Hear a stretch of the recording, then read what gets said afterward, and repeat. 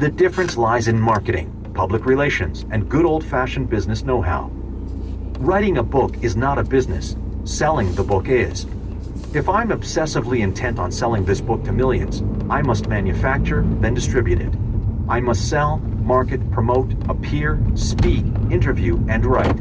I must invest in the business of distribution. To leverage the Fastlane wealth equation and get near the law of effection, I must strap on my commitment helmet and work, work, work.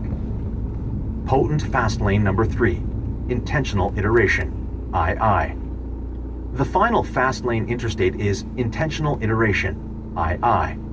Iteration is the means or act of repeating a process, usually with the aim of approaching a desired goal or target or result. Intentional iteration is a potent Fastlane, but it offers the most significant challenge because it really doesn't satisfy all 5 commandments, but 4. The process of intentional iteration is the act of satisfying the final commandment, scale. Scale is achieved either through human resource systems or repeated successes. For example, when a real estate investor buys a single-family home at a bank auction and later rents it, there is no scale, and with that one act, nothing can create scale. The investor has little wiggle room in his Fastlane wealth equation. Net income is derived from rent, and the asset value is derived from the home's market value. To solve that challenge, the investor deploys II and repeats the process. Instead of buying one home, he buys 50. Yes, easier said than done, and it can be incredibly slow.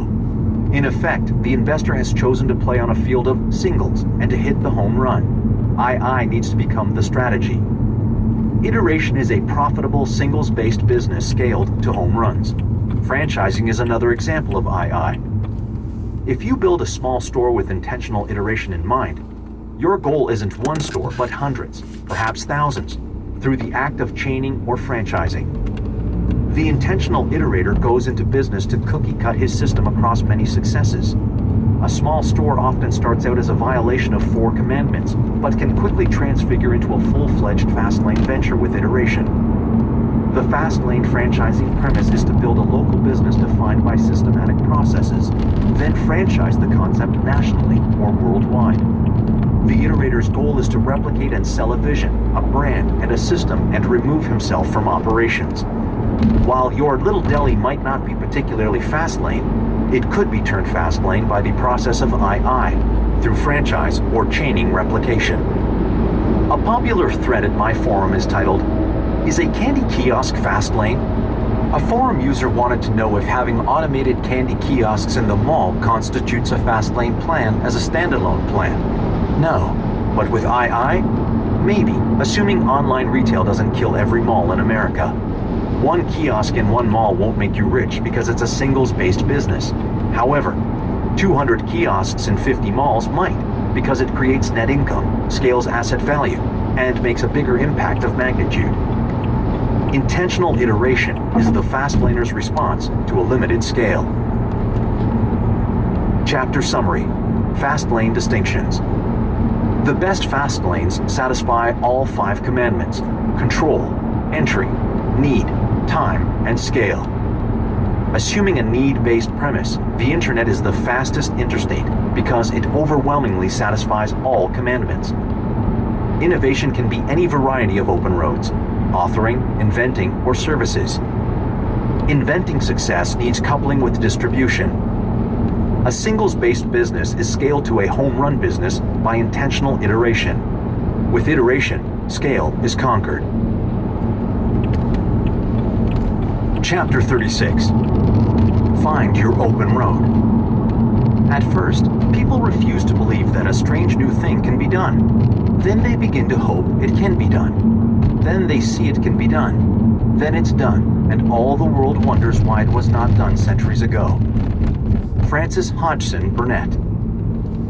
Needs, ideas, opportunity, and the open road. Opportunities and the open roads they represent are everywhere. Look around. That person at the store counter complaining. Opportunity. That stupid voicemail maze you hate navigating when you call the bank. Opportunity. That unsold house that languishes on the market. Opportunity. That trash on the side of the road. Opportunity. That rotting salad which lasted only 2 days in the refrigerator. Opportunity. Those people bitching on that online forum. Opportunity. If you can't see the opportunities surrounding you, you haven't tuned your fast lane frequency to them. When you make a few minor mental adjustments, roads seemingly closed are suddenly opened. Many entrepreneurs misinterpret opportunity because they associate opportunity with breakthrough, legendary ideas.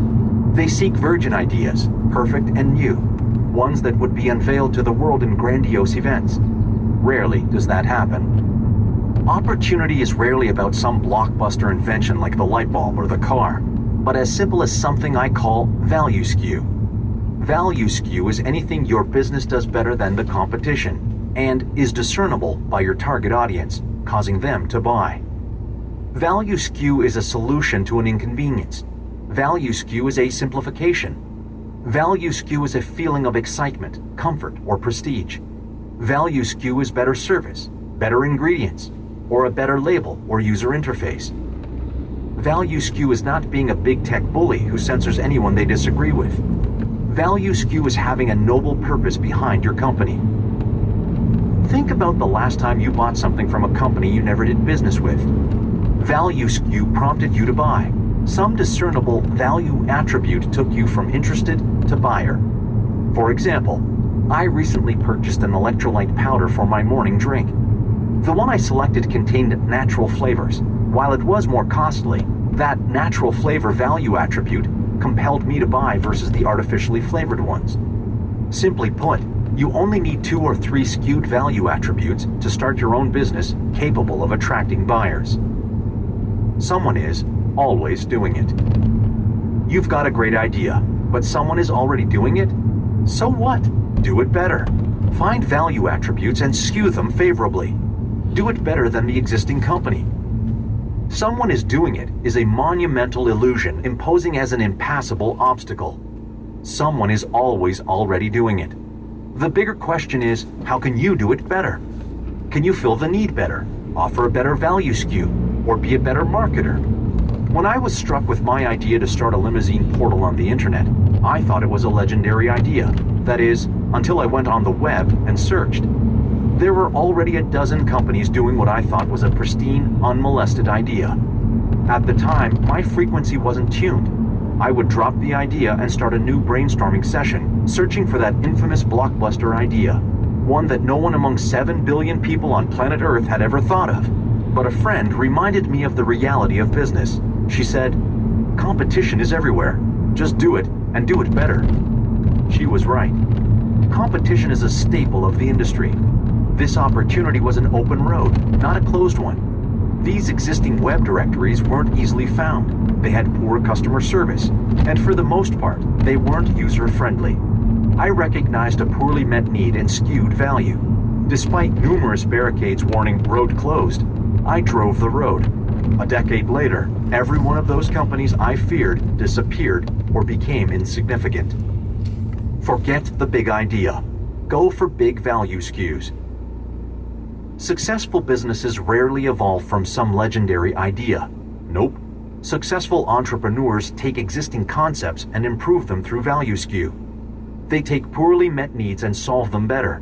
Skip the big idea and go for the big execution of more value skew. You don't need an idea that has never been done before. Old ideas suffice. Just do it better and execute as no one has. Years ago, what if Sergey Brin and Larry Page looked at the internet landscape and said, "Gee, there are plenty of search engines out there. Yahoo, Snap, AltaVista. Why start Google? It's being done." Thankfully, they didn't, and now Google is the most used search engine. And because of it, Brin and Page are now billionaires. A brand spanking new idea? Nope. A need solved better with excellent execution. Deodorant has been around for years, but that didn't stop Moyes Alley from founding Native Personal Care Products, a small startup that would later sell for $100 million to Procter & Gamble in 2017, only 2.5 years after launching. It was an open road when the road seemed closed. Coffee had been around for 1,000 years when Howard Schultz bought into the Starbucks concept. A new idea? Nope. Starbucks made coffee fashionable and invented a brand, an ambiance, and an emotion and attached it to coffee. It was an open road when the road seemed closed. DVD rental stores were around for a long time, but that didn't stop Netflix or Redbox from starting a company and adding convenience to the need equation. It was an open road when the road seemed closed. Beer has been brewed for thousands of years, but that didn't stop Jim Koch from starting Sam Adams, or Sam Calagione from starting Dogfish Headcraft Brewery, now the fastest growing brewery in America. Dogfish was started back in 1995 with a 10-gallon homebrew kit and little cash. There was an open road when the road seemed closed. Garbage has been around since men have walked the planet. Yet that didn't stop Brian Scudamore from starting and then franchising 1-800-GOT-JUNK. Nor did it stop Wayne Huizinga from founding Waste Management with just one truck and a handful of customers. He later built Waste Management into a Fortune 500 company. Is garbage a new need or a need that needed better fulfillment? It was an open road when the road seemed closed. How boring and unsexy are razors? That didn't stop Michael Dubin from founding Dollar Shave Club, which would later sell for $1 billion to Unilever. A simple product with simple value SKUs, better marketed and executed. It was an open road when the road seemed closed.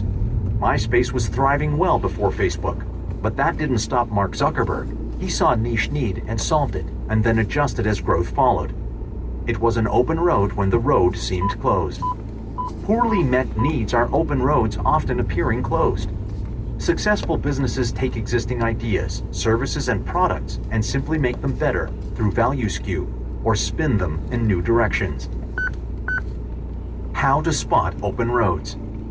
Not a day goes by when I don't spot a need that can be exploited for fast lane opportunity. My mind is tuned because I see opportunities to reign through heightened senses. I see and hear what most people don't. How can you adjust your eyes and ears to the same attuned frequency? With a bit of practice, it's easy. Open roads, needs, and value skewing opportunities come prefaced with code words or phrases that scream, "This is an opportunity." You've just